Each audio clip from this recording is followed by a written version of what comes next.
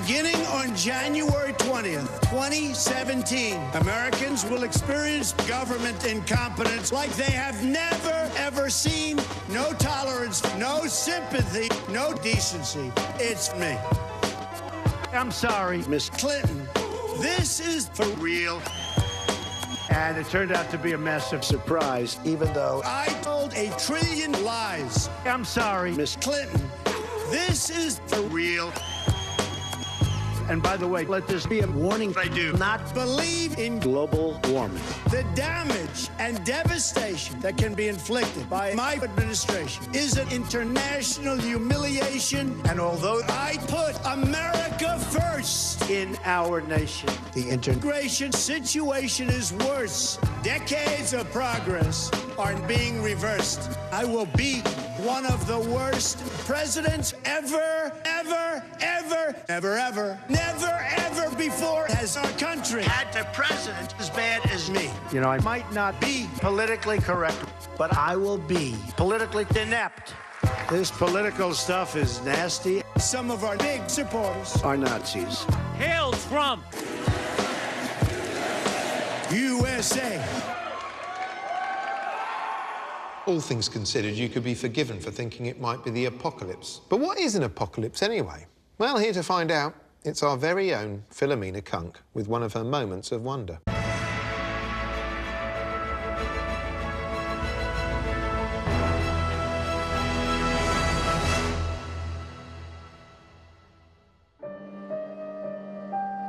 A million years ago, Nostradamus predicted the world would end in a huge mess called a apocalypse. The word apocalypse is posh dictionary code for the end of days. And the end of days means sunset, which happens all the time. That's probably why the world didn't end, just because Nostradamus said it would. But Nostradamus wasn't the only person who reckoned the apocalypse was coming. As well as inventing Minecraft, the ancient Mayan civilization predicted the world as we knew it would end in 2012. But luckily, it turned out just to be sea facts that ended.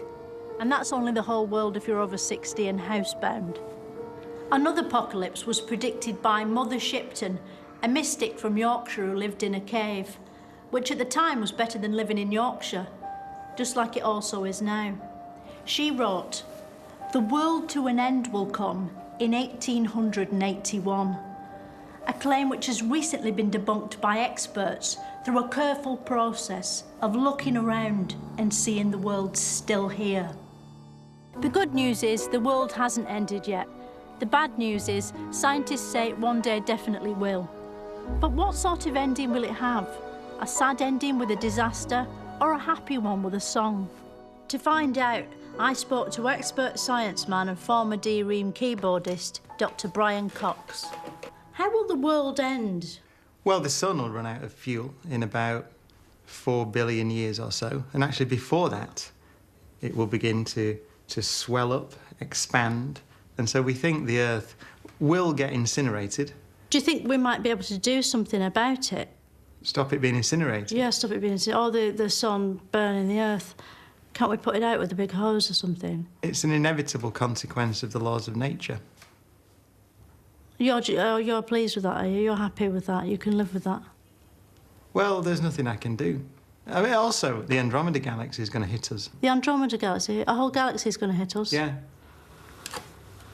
On about the same timescale, actually. So as the sun runs out of fuel and expands and incinerates the Earth, a galaxy of 400 billion stars is going to collide with us. You're much gloomier than I expected, because you're quite smiley. Well, yeah, well, it's quite a long time in the future.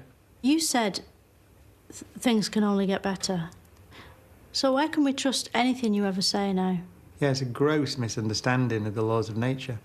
It's one of the most misleading and scientifically inaccurate pop songs that's ever been written. Catchy, though.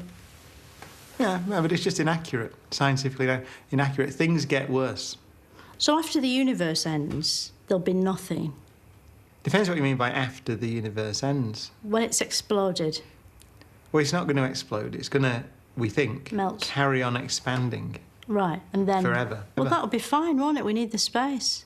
You get to the point, if it carries on doing that, then galaxies get ripped apart, and then solar systems get ripped apart, and then even planets get ripped apart, and even atoms get ripped apart. But so what? All the stars will die. Even all the black holes that are left, the final sort of end points of the most massive stars will evaporate away. So could we fall down a black hole? Yeah, you could fall into one. Is that the same? Because I heard that you could be, if, you know, this is one way that the world could end, is that we're all just sucked off through a hole. I mean, that must be terrible. Can you imagine what it would feel like to be sucked off through a hole? Yeah. 2016 might have looked like the end of the world as we know it, and I feel fine. But at least right now, the apocalypse hasn't come. And who knows, maybe it never will. But there's no point sitting around worrying about the apocalypse when what we should be really scared of is Armageddon. Next time on Moments of Wonder, I'll be asking, if air is really there, how come we can't grab it?